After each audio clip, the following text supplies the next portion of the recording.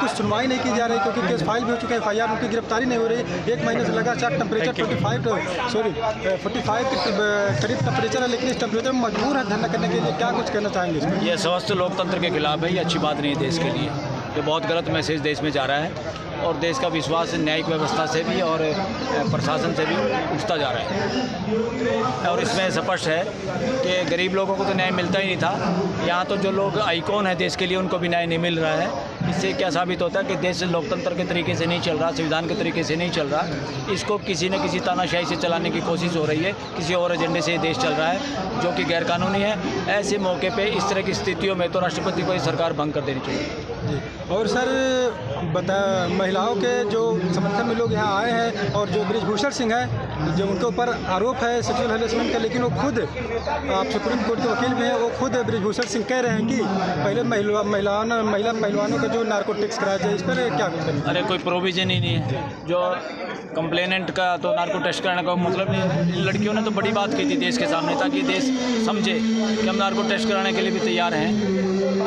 ये तो इसलिए कहा था, अदरवाइज तो एक्यूज का भी नार्को टेस्ट जब होता है जब वो अपनी सहमति देता है। सर 4 मई 2010 को ऑर्डर आ गया था KG बालाकृष्णन चीफ जस्टिस से कि किसी भी नार्को टेस्ट का कोई क्रेडिबिलिटी नहीं है। फिर ये क्यों, ये हमारे पहलवान भी वो दे रहे हैं, बयान दे रहे हैं कि नार्को टेस्ट करा लें। उधर ब्रिजभूषण भी कह रहा है तो इसीलिए कह रहे ना कि भाई वो कराने से अगला आदमी तैयार हो जाए, एक बार तैयार हो जाए, जाल में फंस जाए कि चोर आदमी कहीं तो जाल में फंसे। 2021 में Louis versus Kerala high court, Kerala court का जजमेंट है कि अरे क्रेडिबिलिटी का मतलब क्या है? अगर मान लो किसी का टेस्ट भी हो, वहाँ डॉक्टर सेट हो, क्या पर्सन पूछेंगे, कितना इंजेक्शन लगाएंगे, दवाई असली लगाएगी, नकली वैक्सीन लगाइए, बहुत सारा। और सर बीजेपी जो है, मोदी जी कहीं ना कहीं जब विदेश जाते हैं, संविधान, बाबा साहब अम्बेडकर के संविधान के बारे में कहते हैं, लेकिन आर्टिकल 14 में लिखा गया है कि राज्य एक समान कानून बनाएगा तथा एक समान ही लोगों पर लागू करेंगे। लेकिन क्या है, बीजेपी से सांसद इसके लिए उन पे ऊपर लागू नहीं किया। अभी गरीब का कोई आदमी होता है तो उसके ऊपर कानून लागू है। अरे ये संविधान विरोधी सरकार चल रही है, संविधान का कोई मायने नहीं है। आर्टिकल 14 को तो इनको हवा में इन्होंने उड़ा दिया। यहाँ गरीब गुरबे जेल में पड़े हैं, गरीब गुरबे की बेटियों के साथ बलात्कार और इस तरह का होता। कई एग्जाम्पल देश के सामने आए हैं। वहाँ तो पत्रकारों को भी गिरफ्तार करके सालों तक उनकी जमानत नहीं होने दी। ये गैंगस्टर की तरह काम कर रही हैं सरकारें, और ये बहुत गलत है। ये तो ये लड़कियाँ क्या हैं, ये पहलवान हैं जो 15-15 साल लगातार प्रैक्टिस करती हैं, अंतक हैं, ये हिम्मत ही नहीं हारती, और साथ में इनके साथ लोग हैं। और ये बाई चांस किसान मजदूरों के परिवार से हैं जो थकते ही नहीं, जिनके पास खोने के लिए कुछ है नहीं, जो किसी के सामने भी जब गांव में आदमखोर शेर घुस जाता है उनके मवेशियों को खाने के लिए, वो उसको भी पकड़ के मारते हैं। तो सर अभी देखिए दिल्ली में आज हम लोग मौजूद है जंतर मंतर पर, पास में ही संसद भवन है। संसद भवन नया संसद भवन के बनकर तैयार है। अभी 28 मई को इस संसद भवन का जो है अनावरण करने वाले हैं, उद्घाटन करने वाले हैं। लेकिन भारत के जो सर्वोच्च पद है राष्ट्रपति का, भारत का प्रथम नागरिक राष्ट्रपति है, लेकिन राष्ट्रपति को वहाँ इन्वाइट नहीं किया गया है। क्या कुछ कहना चाहेंगे भाई? ये शासन नहीं है यहाँ पे, यहाँ एक राष्ट्र है, डेमोक्रेसी है, और यहाँ का राष्ट्राध्यक्ष हमारा एज पर कॉन्स्टिट्यूशन राष्ट्रपति हैं। उनको नहीं बुलाया गया, उनको तो नींव रखने भी नहीं बुलाया। भूमि पूजन में भी 5-4 पंडे पुजारी बुला लिए। रामनाथ कोविंद जो पूर्व में रहे उनको नहीं बुलाया। जो सेकुलर कंट्री है ये, इसमें अगर तुमने भूमि पूजन भी करना तो सभी धर्मों के लोगों को बुलाना पड़ेगा। ये बपोती है क्या पंडे पुजारियों की? ये देश, ये गलत काम किया इन्होंने, और ये संविधान को दत्ता बता रहे हैं।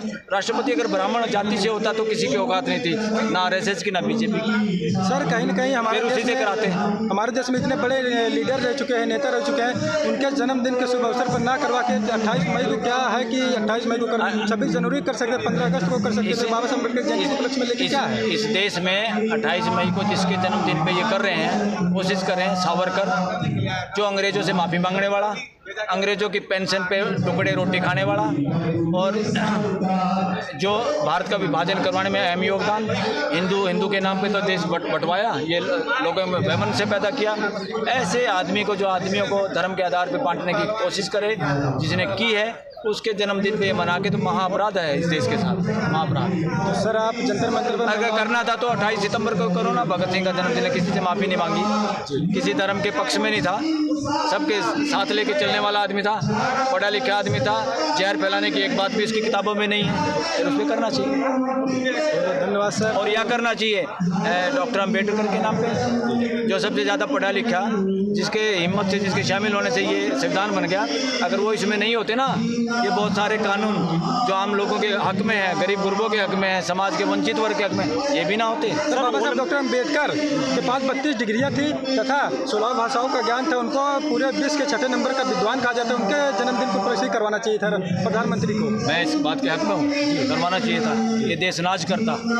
और या कोई अगर करना था कोई धार्मिक, उसको करने के चक्कर में ये हिंदुत्व की बजाय ये महात्मा बुद्ध के किसी जयंती पे करते, जिसमें बाहर जाके ढिंढोरा पीटते हैं ये प्राइम मिनिस्टर कि मैं बहुत बुद्ध की धरती से हूँ, और की मूर्ति भेंट करते हैं लोगों को। हाँ, बुद्ध कितने देशों में है और बुद्ध के मानने वाले कितने लोग हैं। हिंसा का जो पाठ पढ़ाते हैं, हिंसा परमो धर्म, नाम बात में हिंसा परमो धर्म, कभी पुलवामा के नाम पे इलेक्शन, ये लाशों के सौदागर जो देश कह रहा है।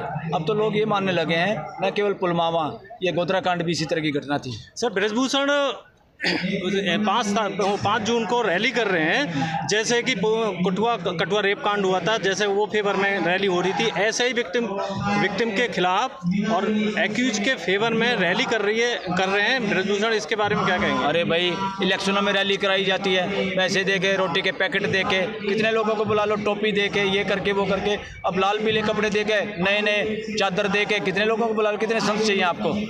काय के संत हैं? ओलंपियन काय के संत हैं जो कि ऐसे मुकदमा, ऐसा काम करने वाले के पक्ष में खड़े हैं। वो ये इसी तरह के चरित्र के लोग इकट्ठे हो सकते हैं ऐसे आदमी के लिए। तो यदि क्या लगता है उनको न्याय मिल जाएगा ब्रिजेश्वरों को, क्योंकि उन्होंने देश के ये मान सम्मान का काम किया? न्याय तो मिलेगा, न्याय नहीं मिलेगा तो जनता न्याय ले लेती है, जनता न्याय लेना जानती है।